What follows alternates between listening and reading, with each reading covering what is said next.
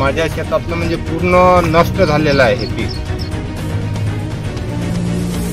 50 ते 60 हजार रुपये ह्या वावराला लागून गेलेले आहे.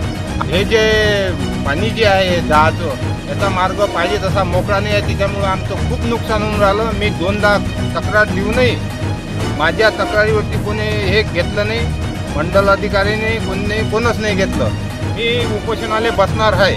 माझं शेत तुम्ही पाहिलं कशा पद्धतीचा त्याचा तुम्ही विल्हेवाट रिपोर्ट पाठवा, त्याच्यानुसार तुम्ही मला सांगा, नाही तर मरण केल्याशिवाय गत्यंतर नाही आम्हाला. सतत चालू असलेल्या मुसळधार पावसामुळे शेतकऱ्यांचं मोठ्या प्रमाणात नुकसान झालेलं आहे. आपण या ठिकाणी प्रत्यक्ष शेताच्या बांधावर पाहणी करण्याकरिता आलेलो आहोत. सोयाबीन, तूर आणि कपाशी हे पीक अक्षरशः खरडून गेलेलं आहे. ज्या शेतातून पाणी निघत नाही आहे त्या शेतातील सोयाबीन किंवा कपाशी किंवा तूर हे पीक नाही का पाण्यानं जडलेलं आहे. माझ्यासोबत या ठिकाणी शेतकरी आहे. या शेतकऱ्यांच्या थेट प्रतिक्रिया घेण्यासाठी आपण शेताच्या बांधावर आलेलो आहोत. दादा, काय सांगाल आपण, आपली काय प्रतिक्रिया? माझ्या शेतातलं म्हणजे पूर्ण नष्ट झालेलं आहे हे पीक. याच्या अगोदर मी वाणी, हुमणी, अळी याच्यासाठी पूर्ण खर्च केला, त्याच्यातून तरलो. त्याच्यानंतर हे पराठी जागेवर आणली, खत टाकलं. 50 ते 60 हजार रुपये ह्या वावराला लागून गेलेले आहे.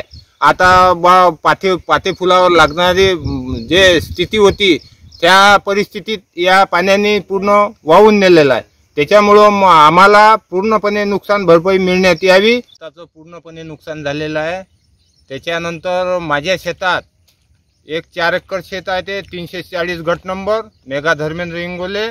तिच्या शेतात म्हणजे पूर्ण 2 एकर आजही टोंगायच्या वर तुम्ही पाहणी केली तुम्ही, त्याच्यात पाणी आहे, त्याचाही लेआउट नाही आहे. त्याच्यानंतर हे जे पाणी जे आहे जहाचं याचा मार्ग पाहिजे तसा मोकळा नाही आहे, त्याच्यामुळे आमचं खूप नुकसान होऊन राहिलं. मी 2दा तक्रार देऊनही माझ्या तक्रारीवरती कोणी हे घेतलं नाही, मंडल अधिकारीने कोणच नाही घेतलं. त्याच्यामुळं माझं खूप नुकसान झालं आहे. हे राजकीय याच्यातून त्याचा विल्हेवाट लागत नाही का? हे आम्ही भूमिहीन शेतकरी आहो, त्याच्यामुळं आमचं कोणी ऐकायला तयार नाही आहे. मी उपोषणाला बसणार आहे. माझं शेत तुम्ही पाहिलं कशा पद्धतीचा त्याचा तुम्ही विल्हेवाट रिपोर्ट पाठवा, त्याच्यानुसार तुम्ही मला सांगा, नाही तर मरण केल्याशिवाय गत्यंतर नाही आम्हाला.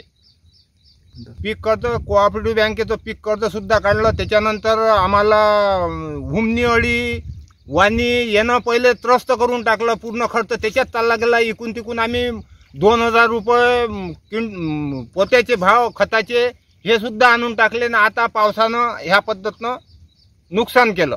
त्याच्यावरती आम्ही काय करावं काय नाही हे आम्हाला काही समजून नाही राहिलं. प्रशासनाकडे आमची नुकसान भरपाई द्यावे आणि पाण्याचा विल्हेवाट लावून द्यावा. आमच्या दिनांक 13/8/2025 रोजी सतत तेव्हापासून पाऊस सुरू आहे आणि पावसामुळे बरेचसे पिकं शेतकऱ्यांचे असे क्षतिग्रस्त झालेले आहे.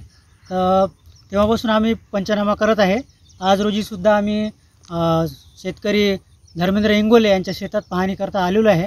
त्यांचं सोयाबीन आणि तुरीचं नुकसान झालेलं आहे आणि सततच्या पावसामुळे बऱ्याचशा शेतकऱ्यांच्या पिकांचं नुकसान झालेलं आहे. माझ्यासोबत माझ्या सर्कलच्या माननीय मंडळ अधिकारी राठोड मॅडम आहेत, तसेच वायगावच्या कृषी सहाय्यक खडे मॅडम सोबतसुद्धा उपस्थित आहे आणि गावातील ज्यांचे नुकसान झाले असे शेतकरी धर्मेंद्र इंगोले, रवी इंगोले माझ्यासोबत आहे. आता अंदाज जर आपण पकडला, प्रत्येक बांधावर पाऊस जो चालू आहे, सतत येत आहे, त्याच्यामुळे आम्ही प्रत्येक बांधावर पावसाच्या व्यत्ययामुळे पोहोचू शकत नाही आहे. तरी अंदाजे 50 ते 60-70 हेक्टरच्या आसपास नुकसान असं नजरअंदाजाने लक्षात येत आहे.